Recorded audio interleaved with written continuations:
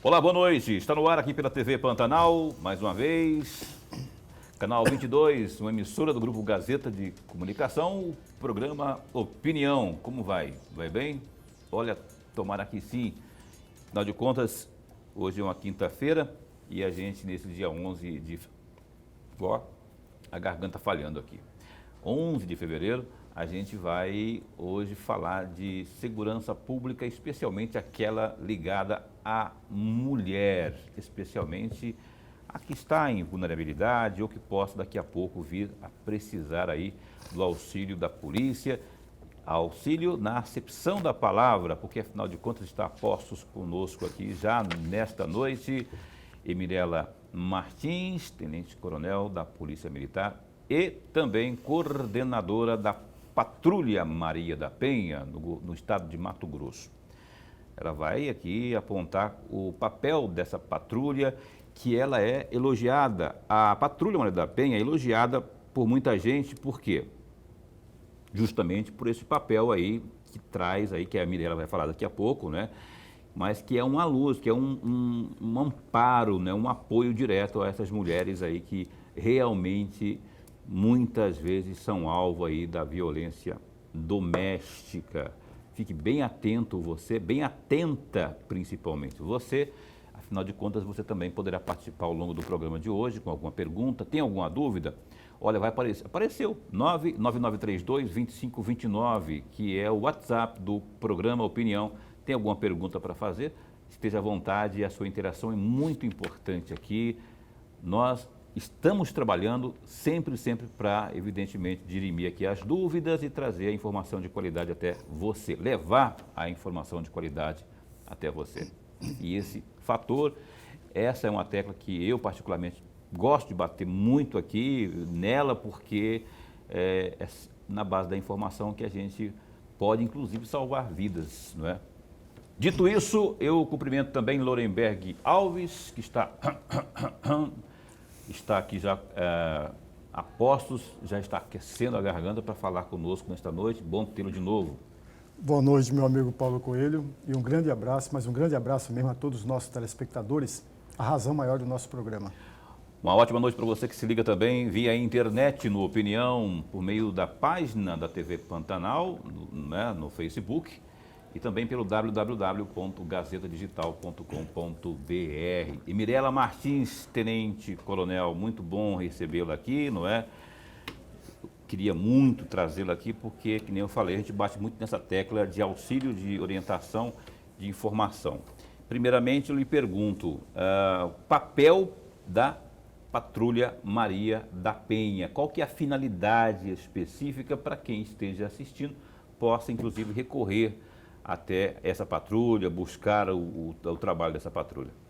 Boa noite, é uma satisfação estar aqui participando do programa Opinião, trazendo informações para a sociedade sobre o serviço que é realizado pela Polícia Militar, a Patrulha Maria da Penha, e em nome da instituição nós agradecemos o convite. Esse serviço, Patrulha Maria da Penha, ele é destinado às vítimas de violência doméstica, né, em situação de violência doméstica. Nosso objetivo é fiscalizar as medidas protetivas de urgência que são deferidas pelo Poder Judiciário e destinado para essas vítimas, né?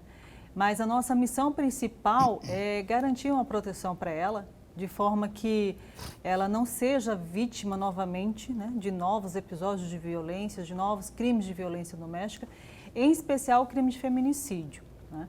Aí, para poder executar esse serviço, para que ele seja efetivado, nós realizamos visitas a essas mulheres que são encaminhadas para a gente pelo Poder Judiciário, que é a nossa porta principal de acesso ao serviço, né?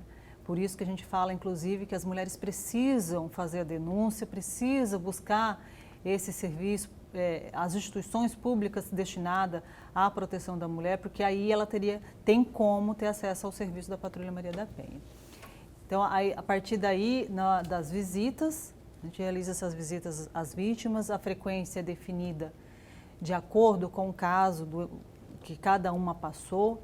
Nós visitamos também o agressor, apenas então somente uma única visita destinada ao agressor, com o objetivo de informar ele que essa mulher está sendo acompanhada pela Polícia Militar, reforçar as ordens judiciais que ele deve cumprir, né, e também alertá-lo quanto às consequências caso ele descumpra alguma ordem judicial.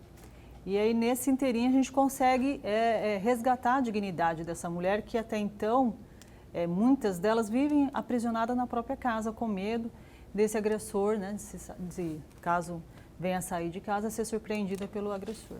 Professor Lorenberg. Tenente Coronel, coordenadora da patrulha, é uma alegria tê-la aqui, mas uma alegria mesmo, porque é a grande oportunidade que o nosso amigo telespectador possa conhecer melhor e com profundidade o trabalho desempenhado pela Polícia Militar.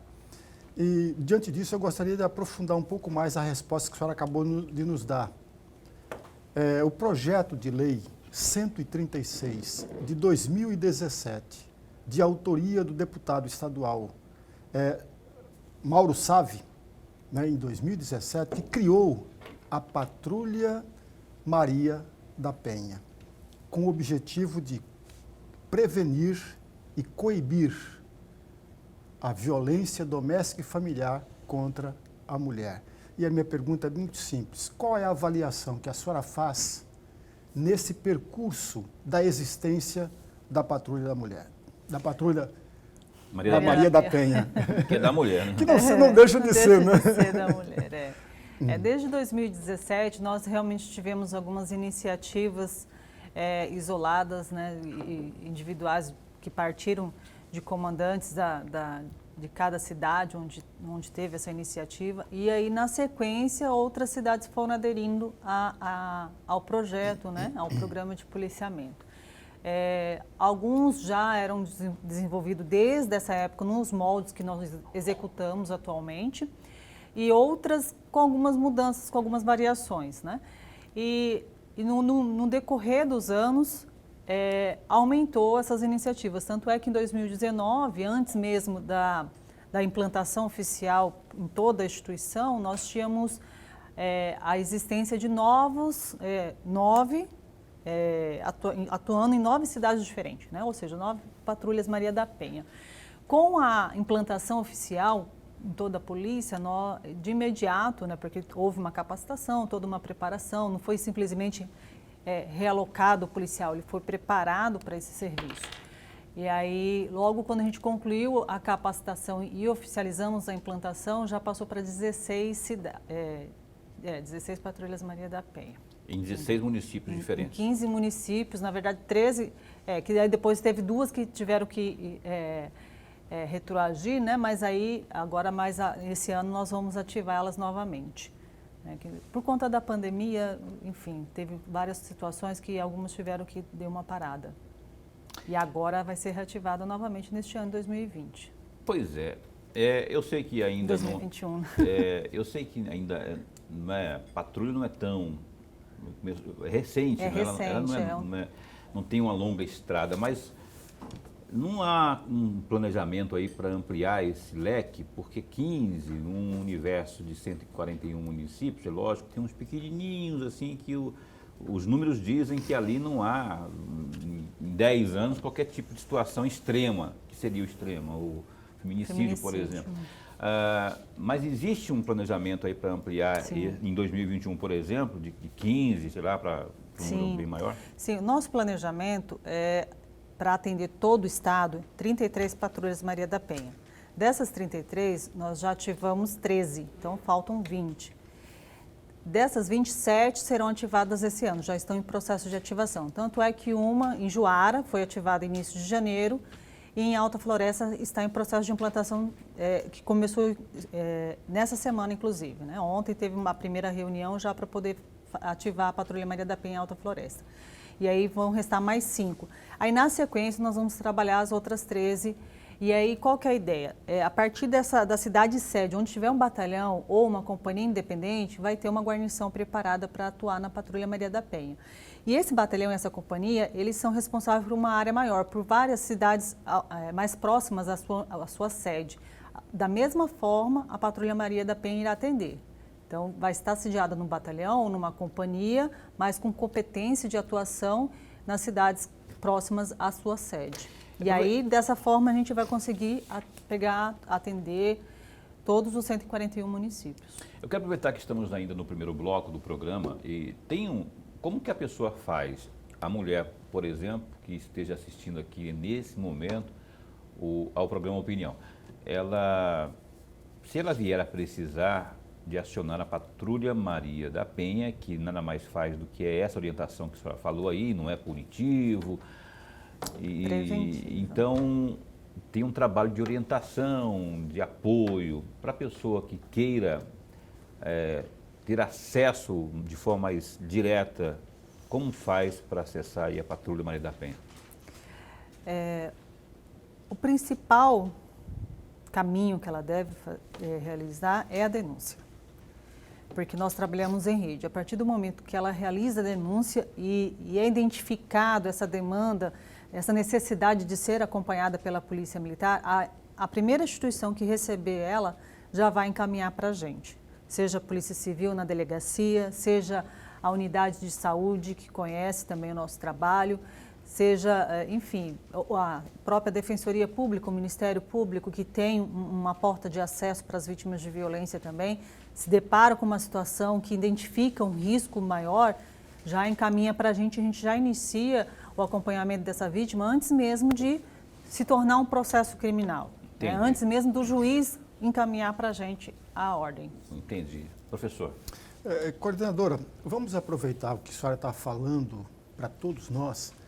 Um detalhe, tem condições da senhora dizer para nós o perfil das vítimas ao longo desse caminhar que a senhora está tendo? E esse perfil, com a pandemia, mudou um pouco ou ainda é o mesmo perfil de 2017, 2018, 2019? Entre as mulheres que são atendidas pela Patrulha Maria da Penha, nós identificamos uma questão de dependência emocional e financeira por parte do agressor. São as principais atendidas pela patrulha, né? Com a pandemia, na verdade, é algo que é notório, todos sabem. Dependência que a senhora fala da agredida em relação ao agressor. Exatamente. Né? Ela tem uma dependência emocional com esse agressor e também financeira, né? Não trabalha, não tem condições de oferecer o sustento para a família. Mas com a pandemia, nós sabemos que a violência doméstica ela não escolhe classe, não escolhe religião, não escolhe nível social ou de educação, né? E aí tanto é que nós vimos recente várias denúncias, inclusive usando as redes sociais, né? E aí são pessoas esclarecidas. A própria situação que aconteceu com a juíza no Rio de Janeiro, né? Pois é, uma mulher extremamente esclarecida com relação às leis, né? Tinha à disposição dela uma guarda que fazia a segurança pessoal dela, dispensou acreditando que a situação já estava superada e foi vítima de feminicídio, né? Então, assim, com a pandemia, esses casos ficaram mais evidentes, né? Notório porque foram expostos, né? Mas para acompanhamento da patrulha, nós também temos situações dessas, né? Mas são em menor proporção. A maioria das mulheres que a gente atende, elas têm esse perfil de dependência financeira e emocional por parte do agressor. A senhora disse agora há pouco, não é, que o trabalho da patrulha também vai atrás do agressor, para conversar e tudo mais. Eu sei que é o papel, como a senhora disse aqui, da patrulha de dialogar, de levar informação e tudo mais. Mas levar informação, dialogar com um cara que bateu na mulher, que descumpriu uma medida protetiva, muitos casos graves, inclusive, com várias escoriações, com tentativa de homicídio e tudo mais, não é o caso aí de ter um trabalho mais enérgico, não que eu queira provocar aqui porrada ou coisa do tipo assim, mas muita conversa com bandido. O cara que agrediu a mulher é bandido, de forma quanto mais é bandido, até de forma casual. O cara não quer casar, não quer ter problema, não casa, não quer. E aí vai a patrulha lá, vamos conversar e tal, vamos conversar. Tudo bem, o diálogo sempre é saudável, mas num caso desse, o cara foi lá e bufeteou a mulher e aí vocês vão lá e tal. Não é? Se ele descumpriu, já está incorrendo em crime. Se ele descumpriu, ele cometeu um novo crime e ele é preso. Se a guarnição encontrar ele em estado de flagrante, ele vai ser preso de imediato. Se não encontrar em estado de flagrante, a vítima nos informou e mostrou, né, que realmente ele teve esse descumprimento da medida protetiva de urgência, a guarnição comunica ao Poder Judiciário, ao Ministério Público, e aí, de posse dessa informação desse novo crime, o juiz vai decidir, ou decretar a prisão dele, que nós mesmos cumprimos por muitas vezes, ou então determinar o uso de uma tornozeleira eletrônica, ou uma outra decisão que o juiz entender que for mais cabível a situação. Mas, assim, essa visita ao agressor é só uma visita, só para ele ter ciência, ter conhecimento que a vítima está sendo acompanhada pela polícia. E essa visita de notificação, vamos dizer assim, porque ele já é intimado pelo Poder Judiciário quando o juiz determina as ordens, né? Quando o juiz determina as medidas protetivas. Então, essa visita é só para ele saber que, além das medidas, ele ainda pode se deparar com a polícia, né? Se caso ele descumprir a ordem judicial. E aí, para a gente tem um efeito assim, decisivo, inclusive no sucesso desse serviço, porque até então, esse agressor no imaginário dele, ele descumpria de fato as ordens judiciais e ele acreditava que não daria nada. Só que agora, entre as acompanhadas pela patrulha, tem efeito sim. Ele é preso ou só não é preso se ele realmente conseguir escapar da polícia. Que acontece. Daí a importância sua, você que está aí, a gente é vizinho de alguém, está presenciando, está vendo, percebendo as agressões, não é? É 190. É esse telefone que as pessoas podem fazer para denunciar? É essencial a denúncia dos vizinhos. Não existe mais aquela teoria de que em briga de marido e mulher não se mexe a colher, né? É lei, é um crime incondicional, a violência física. A Polícia Militar tem dever de ofício em atuar, mas nós precisamos ser comunicados. Então, basta ligar no 190, inclusive não precisa nem se identificar, entendeu? Pode ser uma denúncia anônima, passando as informações precisas com relação ao local, se tiver informação sobre a vítima, passar o nome da vítima, que a polícia desloca e realiza esse atendimento, né, dessa ocorrência em estado de flagrante. Aí tem aquela coisa, muitas vezes acontece, doutora, mas rapaz, não de ver que esse casalzinho aqui pede briga o dia inteiro, brigou ontem, brigou anteontem, já teve a polícia aqui, já foram para a delegacia, já deram uns sermões, uns corretivos, e nada resolveu. Toda hora brigam, entendeu? Aí o cara desaxou, falou assim, não vou nem... Mesmo assim, ele tem que meter a colher. Sim, porque a gente nunca sabe quando o episódio vai finalizar com um feminicídio, né? E assim, a ruptura da violência doméstica, ele é um processo. E aí, ambos, né? O casal, o homem e a mulher, eles fazem parte desse processo de ruptura, de interrupção da violência. E é muito difícil a mulher conseguir sair sozinha, ela precisa dessa ajuda.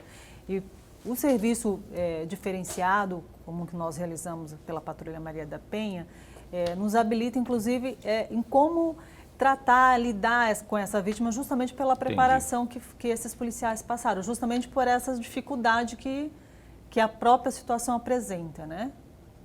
Estamos conversando aqui ao vivo com Emirela Martins, tenente-coronel da Polícia Militar de Mato Grosso e também coordenadora da Patrulha Maria da Penha, aqui no estado. Ela continua conosco e você também, com a diferença que você que está aí pode participar com a gente. Caso tenha alguma dúvida, pode acionar aí o nosso WhatsApp, que está na tela, 99932-2529. Mande aí a sua pergunta ou sugestão para Emirela, que continua conosco no Opinião, que dá um tempinho só e volta já já. Foi rapidão, estamos de volta aqui com uma entrevista muito importante, muito interessante com Emirela Martins, tenente-coronel da Polícia Militar. Ela está falando aqui em nome da Patrulha Maria da Penha, da qual ela é coordenadora no estado de Mato Grosso, né? Inclusive, a Emirela, ela tem aqui alguns dados referentes a 2020 e a gente vai, daqui a pouquinho, esmiuçar esses dados, não é? Antes, porém, eu quero destacar o que temos de mais importante nesse momento no www.gazetadigital.com.br. Acompanhe comigo aí mais uma vez aí mais um boletim da Secretaria de Estado de Saúde, Cuiabá é líder em infecções. Mato Grosso passa dos 230 mil casos e tem 19 novas mortes pela Covid. Dados do boletim epidemiológico divulgado pela Secretaria de Estado de Saúde, a SES, nesta quinta-feira, dia 11, dão conta que Mato Grosso notificou 19 novas mortes pela Covid-19. Com a atualização, o Estado passa a contabilizar 230.485 contágios pela doença. Deste número total de infecções, em mais de 216.500 ocorrências, as pessoas infectadas já se recuperaram. Contudo, outras 7.511 seguem em isolamento domiciliar e outras 954 estão internadas. Hoje, a taxa de internações em unidades de terapia intensiva, as UTIs, é de 68,91%, enquanto o mesmo índice de uso para as enfermarias é de 33%. Segundo o boletim, um dos hospitais de Lucas do Rio Verde já superou em 40% a capacidade máxima de lotação. Além dele, outras 14 unidades estão em situação de alerta. Aí no Gazeta Digital, e também tem esse destaque aqui, ó, um destaque triste, inclusive. Internada em Cuiabá, matriarca da família Campos, Amália Campos, morre aos 96 anos de Covid-19. Morreu no final da noite de quarta-feira, dia 10, a ex-primeira-dama de Várzea Grande, mãe do senador Jaime Campos, do Democratas, e também do ex-governador Júlio Campos, Dona Amália Curvo de Campos, aos 96 anos, vítima da Covid-19. O comunicado foi feito por Jaime Campos em sua rede social e reforçado pelo irmão dele, o ex-governador Júlio Campos. De acordo com Júlio, Dona Amália estava internada na Santa Rosa, no Hospital Santa Rosa, em Cuiabá, mas ela não resistiu e acabou morrendo por volta das 11h30 da noite de ontem. Abre aspas, obrigado Jesus por ter me dado a oportunidade de conviver e amar essa mulher por 74 anos da minha vida, fecha aspas, disse Júlio em uma rede social. Um trechozinho da história diz o seguinte, que Dona Amália foi primeira-dama que 2 vezes nas décadas de 1950 e 1960, quando Júlio Domingos de Campos, o seu fiote, foi eleito prefeito. Também foi ativa na política local, participando da fundação dos partidos PSD, Arena, PF e também do Democratas, PFL e Democrática. Repetindo, PSD, Arena, PFL e também o Democratas. Está aí, portanto, nossos sentimentos à família Campos. Outro dia até o Júlio Campos esteve aqui, eu comentei aqui da mãe dele, mandei um abraço para a Dona Amália, que estava assistindo. Infelizmente, nessas horas não há o que falar, né? E a saúde frágil, porque quando 96 anos, né, professor? Exatamente. Quanto mais avançada a idade, mais frágil fica e mais propenso à doença fica também, né? Sem dúvida nenhuma. E a família já fica tudo preocupada, né? A Covid, embora nós sabemos que a Covid está pegando todo mundo, nas faixas etárias mas aí a diferentes. pessoa, quando está mais frágil, ela fica exatamente. mais, sei lá, né? Fica uma situação... Portanto, se cuide, você que está assistindo aí, ó, muito cuidado, dependendo da sua idade, porque você não... eu estou jovem, eu não sei o quê, mas aí você mora numa casa onde tem outras pessoas, não é? Ainda que não tenha uma idade muito avançada, mas aí tem comorbidades. Então, prevenção, gente. Tem muita gente aí brincando, dançando na frente da doença, achando que são... não é, imutáveis. É super-homens, né? Supermans, né? Ou superwomans. Mas o negócio não está de brincadeira. Eu passo na rua, quando eu saio daqui, quando eu venho, eu passo nas esquinas, eu vejo os barzinhos, esses barzinhos, mas dia de jogo, por exemplo, né? Dia que tem o Flamengo, por exemplo, melhor time do mundo jogando, Rapaz, o que tem de gente aglomerada, flamenguista não tem noção, não. Não é só flamenguista, não, que tem outros caras também aí que também. Só também é flamenguista? Não, né? Não, mas tô querendo me tornar santista. Ave Maria. Aí, ó, e é santista. Não faz isso, não. Ô, Mirela, então, 2020 aí, a Patrulha Maria da Penha fez um trabalho que eu sei que foi elogiado. Eu conversei uma vez com a doutora Maria Lotides, que elogiava assim, sabe, sem titubear. O Coronel Assis também esteve aqui, o comandante da polícia. Nós observamos que também é um trabalho eloquente, mas o que foi efetivamente feito em 2020 pela Patrulha? O que você tem de mais importante aí? É importante destacar, inclusive, que o que nós fizemos no ano de 2020 foi com o que nós já possuíamos. Não teve nenhum recurso novo investido nesse serviço.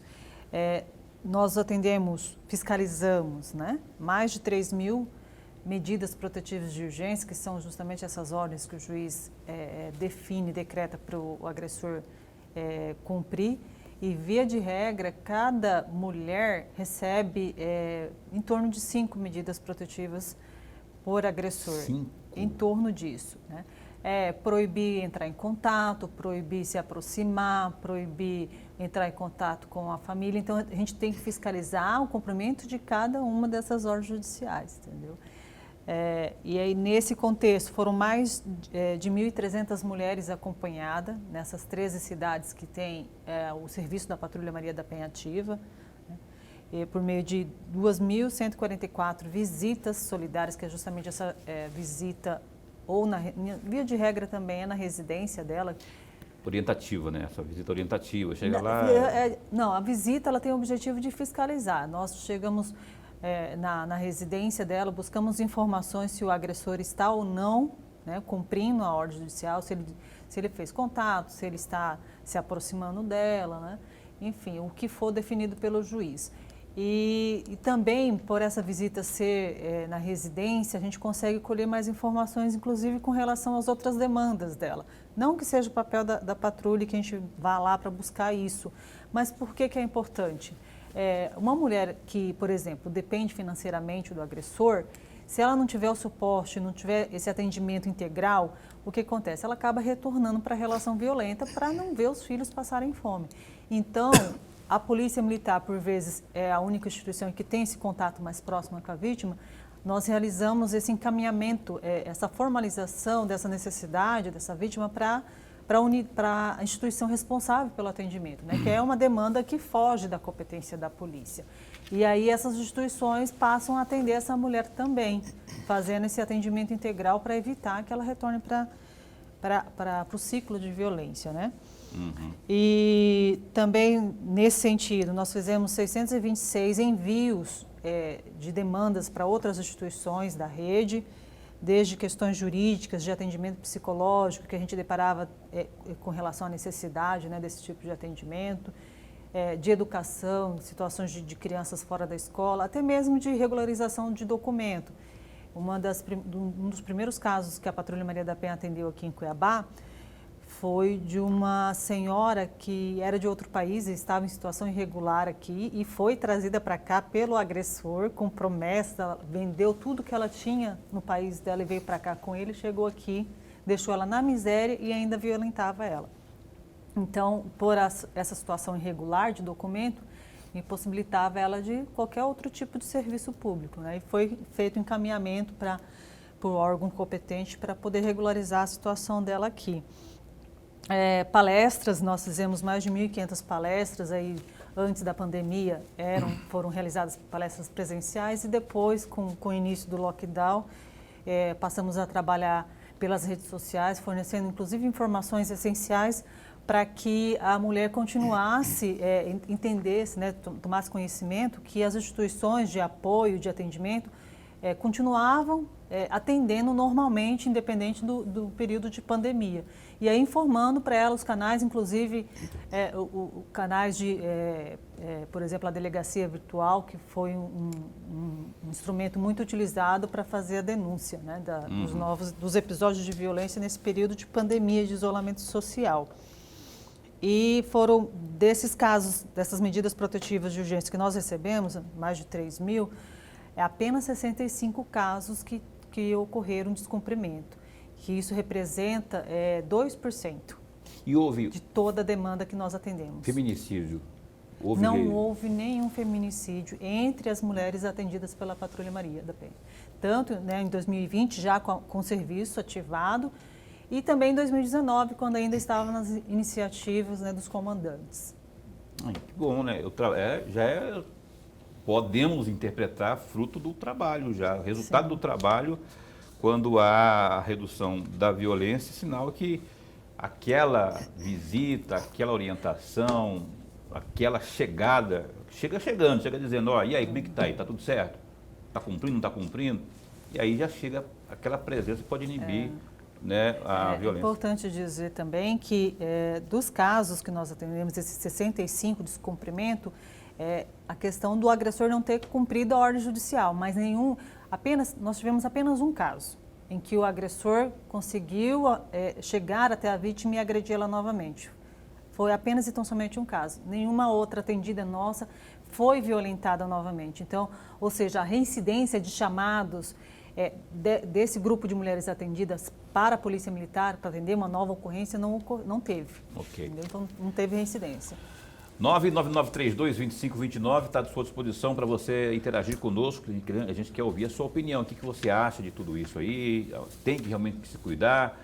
E você, se tiver informação sobre agressão, não fique inibido ou inibida. 190, denuncie. Não vai ficar apanhando aí achando que as coisas vão melhorar, que nunca melhoram. Se não houver aí um trabalho mais efetivo, aí policial no caso. Professor. Coordenadora, eu vou aproveitar a presença da senhora e a inteligência da senhora, o conhecimento e a experiência que a senhora tem à frente dessa patrulha. É muito comum que os filhos ficam sob o poder da mãe. Isso é quase uma regra. É claro que tem as exceções, mas é quase uma regra, em tese, os filhos ficarem perto da mãe.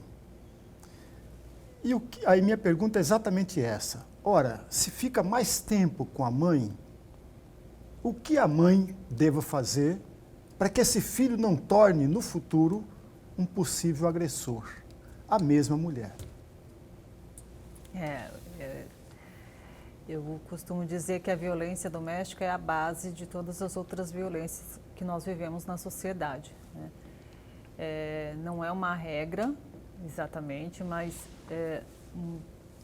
influencia muito na formação do caráter dessa criança, na tendência muito forte de quando ele se tornar adulto, ele replicar o comportamento que ele aprendeu dentro de casa.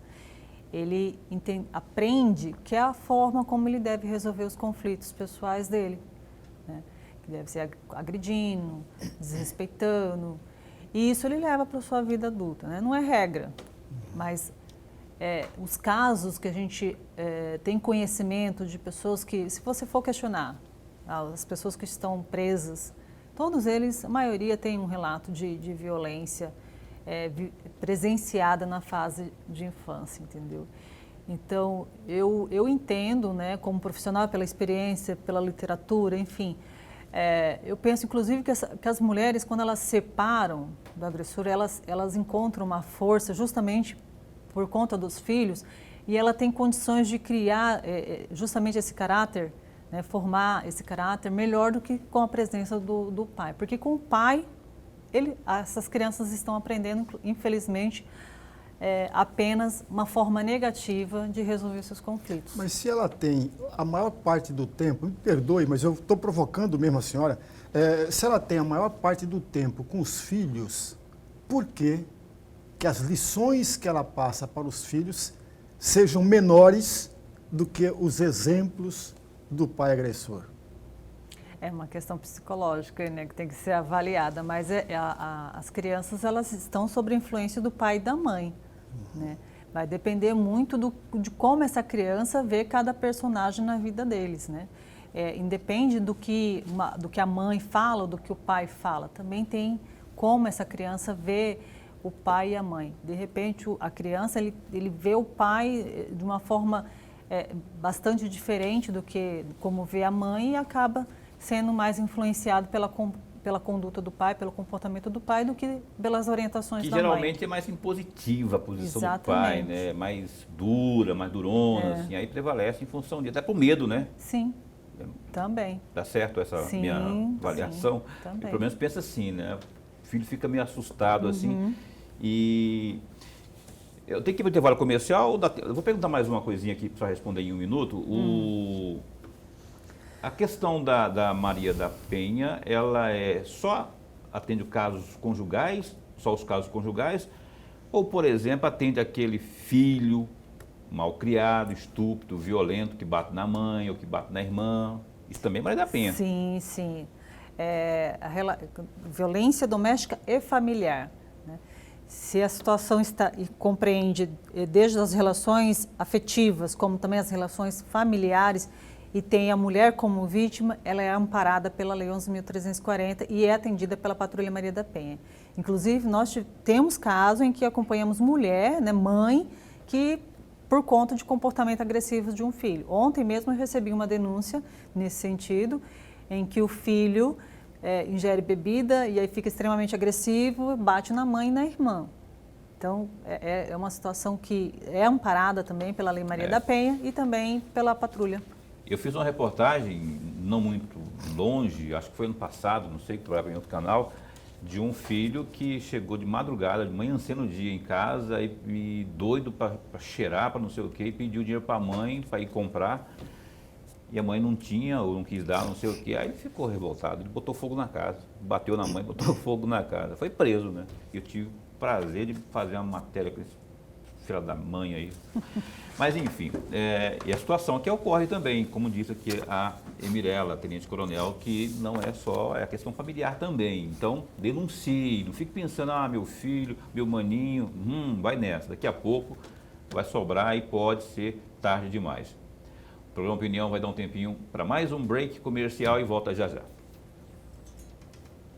E a gente retoma aqui ao vivo entrevista com Emirela Martins, tenente-coronel da Polícia Militar. Aliás, um abraço aí aos nossos valorosos, gloriosos amigos da Polícia Militar, que sempre desempenham um trabalho tão importante, mas tão importante.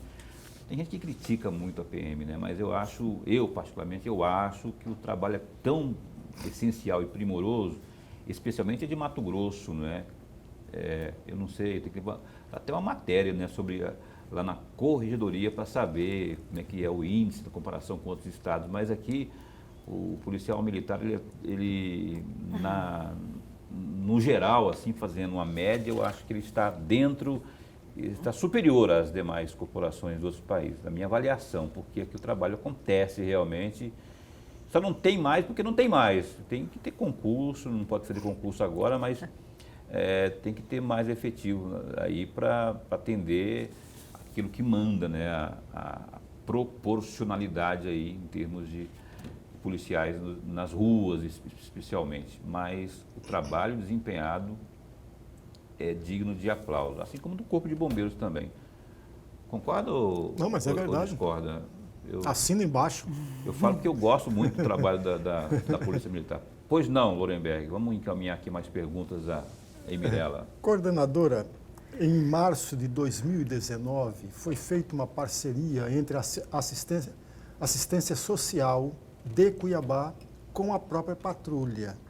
Eu tenho duas perguntinhas a respeito disso. Essa parceria ainda continua? E se não continua, o porquê que ela não continua? E qual é o balanço que a senhora faz com relação a esta parceria especificamente? Nós temos, como eu falei, nós trabalhamos em rede. Essa parceria, ela existe porque as demandas, as necessidades que são apresentadas pela patrulha de competência do município, as instituições, as secretarias do município que atende. Então, e agora com a Secretaria da Mulher, a gente tem um caminho direto para esses encaminhamentos, né? Tem um espaço lá no hospital também que faz um atendimento psicológico para as nossas atendidas e é essencial e fundamental para que essa mulher saia desse ciclo também a questão emocional. Tudo passa pelo emocional, né? E aí, a partir dessa criação dessa secretaria e das demais também, a Secretaria de Assistência Social, nós fizemos, foi na época até eu estava em Cuiabá, participamos aí dessa parceria, da construção desse vínculo, dessa articulação necessária para que os serviços possam fluir e atender essas vítimas com mais agilidade, com mais presteza, mais humanidade, um serviço humanizado, né? E que atenda todas as demandas dela, como eu falei, para que não dê oportunidade para que ela retorne para uma situação agressiva, porque tem uma demanda que não conseguiu resolver, né? E aí, desde capacitação profissional para que ela possa desenvolver o próprio sustento, né? A questão do empoderamento feminino, ela entender que ela pode ser autossuficiente, né? Não ter essa dependência, independente de ser física, emocional ou financeira do agressor. Então, é trabalhado todas essas vertentes e através das instituições do município. Ô, Tenente Coronel, e a pergunta agora é para Tenente Coronel mesmo, não é para coordenadora. Eu vou perguntar agora, porque eu lembrei agora, senão eu vou acabar esquecendo e a gente está caminhando para o final do programa. Eu quero uma opinião sua, enquanto policial, de uma proposta que é do governo federal, do presidente da República, sobre o excludente de licitude, né? De licitude, é isso, né? Excludente de licitude. Que é aquela história, né? Você, policial, está lá, de repente, numa abordagem desses camaradas aí que batem na mulher e o cara reage de forma violenta, né? Inclusive com arma em punho. Aí, o que você tem que fazer? Você tem que se proteger. Aí acontece você disparar e o cara vai lá para o andar de cima. E aí, se hoje o policial faz isso, ele vai responder até na justiça. Então, a proposta do presidente é justamente livrar o policial dessa seara que há depois na justiça aí. Qual que é a sua opinião sobre isso? Eu não tomei conhecimento com relação a essa proposta de forma aprofundada. Até onde eu tomei conhecimento do que foi apresentado, são alguns crimes, não são todos os crimes. Os crimes de violência contra a vida, né, no caso, não estariam abrigados por essa excludente de licitude. Eu não teria que conhecer melhor para poder, né, opinar. Tá certo. Professor. Coordenadora, a senhora falava agora há pouco das parcerias de curso de capacitação. Os policiais, para entrarem na patrulha, também foram capacitados. E uma dessas capacitações foi realizada pela Defensoria Pública, lá em agosto de 2020. Isso. E naquela oportunidade, a senhora fez a seguinte fala, abre aspas, é um trabalho realizado em parceria com o Poder Judiciário. A vítima, além de medida preventiva de urgência, precisa também do acompanhamento da Polícia Militar. Fecham aspas. Eu gostaria muito de ouvir um comentário da senhora a respeito desse trecho da sua fala nesse momento aqui dessa parceria com a Defensoria Pública. O Poder Judiciário é um parceiro de primeira ordem, né? Como eu disse, é a nossa principal porta de acesso, porque através dos processos, aqueles casos em que o juiz decide pelas medidas protetivas e ele entende que além dessas ordens judiciais, a vítima precisa de um acompanhamento policial, ele encaminha para a Patrulha Maria da Penha. E aí, a partir daí, inicia o nosso trabalho, né? Mas é um trabalho que é feito em rede, articulado com todas as instituições, ali com o Poder Judiciário, no processo penal mesmo, né? No processo criminal, ali está presente a Defensoria, o Ministério Público, e todos nós conversamos, articulamos a melhor forma de resolver, de fazer o enfrentamento à violência doméstica e fazer o atendimento a essas mulheres em situação de violência, né? E aí nessa rede, não só os órgãos de justiça, mas também os órgãos de segurança pública, os órgãos municipais que eu já citei aqui, e inclusive também organizações não governamentais, né? Entidades, coletivos femininos também participam desse trabalho. Em Várzea Grande, por exemplo, nós temos a Lírios, temos lá em Várzea Grande também a BPW de Várzea Grande. São instituições privadas que incorporam a essa rede justamente para dar esse suporte a outras demandas. Por exemplo, a Lírios tem um trabalho de apoio psicológico para as vítimas. Então, a rede encaminha vítimas para ela. A BPW está responsável pela capacitação profissional dessas vítimas para a nova inserção delas no mercado de trabalho. Então, é um trabalho coletivo mesmo, entendeu? De articulação entre todas as instituições para poder atender a vítima na sua em situação integral mesmo, entendeu? Todas as frentes. Ainda falando sobre 2020, já se pode ter um diagnóstico, ter um mapeamento assim, por exemplo, qual o dia da semana onde a incidência é maior de casos? De violência doméstica. Da doméstica. Isso aí, essa informação, a delegada, a doutora Jorzilete, ela apresenta no anuário dela da delegacia e ela traz essa informação para a gente, de acordo com os boletins de ocorrência registrado, que costuma ser nas quartas-feiras. E finais de semana também, né, pelo que a gente, pela Polícia Militar, o que a gente observa, sábado à noite, domingo, depois do início da noite, né, que eu acho que é o efeito da bebida alcoólica, né, começa, e aí inicia vários chamados de violência doméstica, de ocorrências desse sentido para a Polícia Militar. Professor. Coordenadora, eu vou mais uma vez apelar aqui com uma provocação sempre no bom sentido, o trabalho belíssimo que a senhora vem desenvolvendo à frente da patrulha e o conjunto dos militares nesse serviço depara com algumas inconveniências. A senhora, quando faz a visita, não faz apenas a família da vítima, mas nesse meio caminho pode encontrar a família do agressor. E aí vem a minha pergunta. Como que é a aceitação da família ou dos familiares do agressor diante do trabalho da Patrulha Maria da Penha? Isso varia um pouco, né? Temos casos em que a família também acaba se tornando mais uma ameaça para a vítima, porque começa a fazer até mesmo crime de ameaça, né? Começa a fazer cobranças, aquela questão toda de estimular ela a retirar a denúncia, né, contra o agressor, enfim.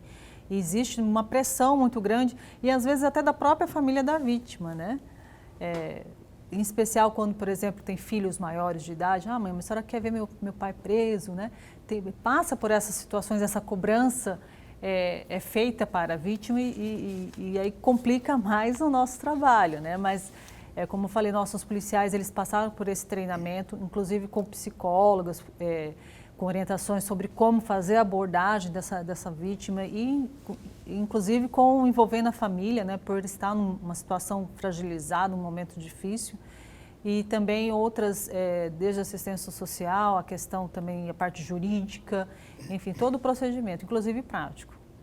A estrutura psicológica, física, estou dizendo, né? A estrutura física para o procedimento psicológico da patrulha. Vou ser mais direto, tem psicólogos ali à disposição da patrulha, no caso, por exemplo, eu vou dar um exemplo que eu sei que ocorre muito.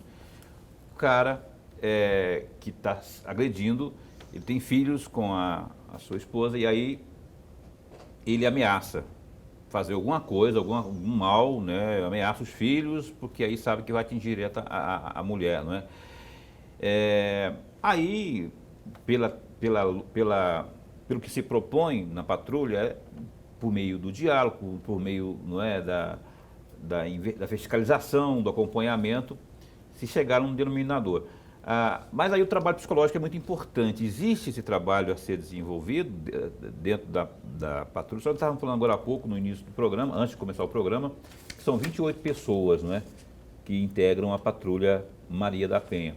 Tem esse trabalho psicológico dentro da patrulha? Destinado aos policiais? Não, destinado às vítimas, às pessoas as pessoas envolvidas, não só então, as vítimas. Esse trabalho é feito pelas redes que compõem, pelas instituições que compõem a rede, né? A psicóloga que é fornecida pelo município, pela saúde, não é da patrulha. A patrulha realiza os serviços de prevenção ao crime, né, por ser uma instituição de segurança pública.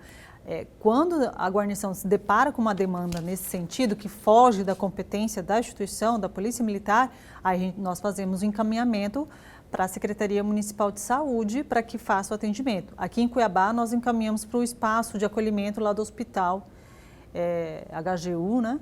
Uhum. E eles fazem esse atendimento psicológico, na verdade, o atendimento psicossocial, né? Não fica restrito ao psicológico, para essa família, entendeu?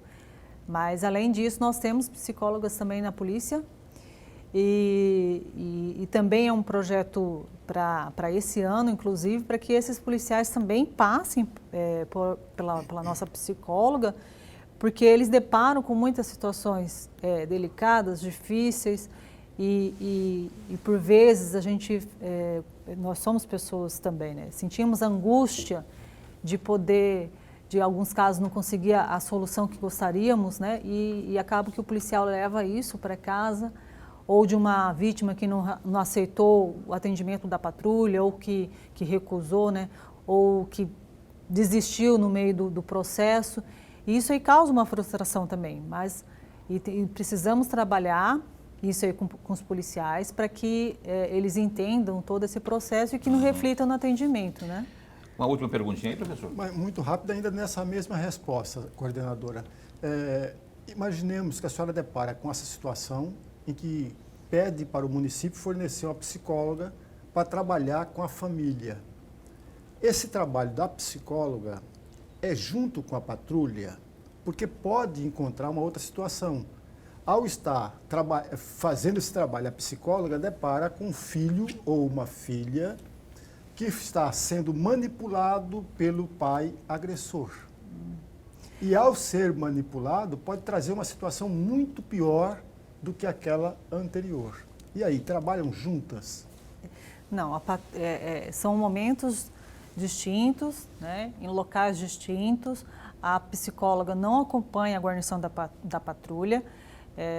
Quando nós realizamos esse encaminhamento, é agendado com essas vítimas, com a mulher ou com a família ou com as crianças, num espaço apropriado, né? Não é realizado na residência. E a profissional da área, ela por técnicas próprias, né, da psicologia, consegue identificar se essa criança está sendo manipulada. E aí ela dá esse retorno, esse feedback para a Patrulha Maria da Penha, que se houver identificar uma situação nesse sentido, a gente possa atuar junto com o Poder Judiciário, né? Comunicar a ele essa situação, tudo mediante formulários oficialmente registrados, e aí o juiz, com base nessa informação, poder adotar uma nova medida. Mas, via de regra, o agressor não está na residência junto, né?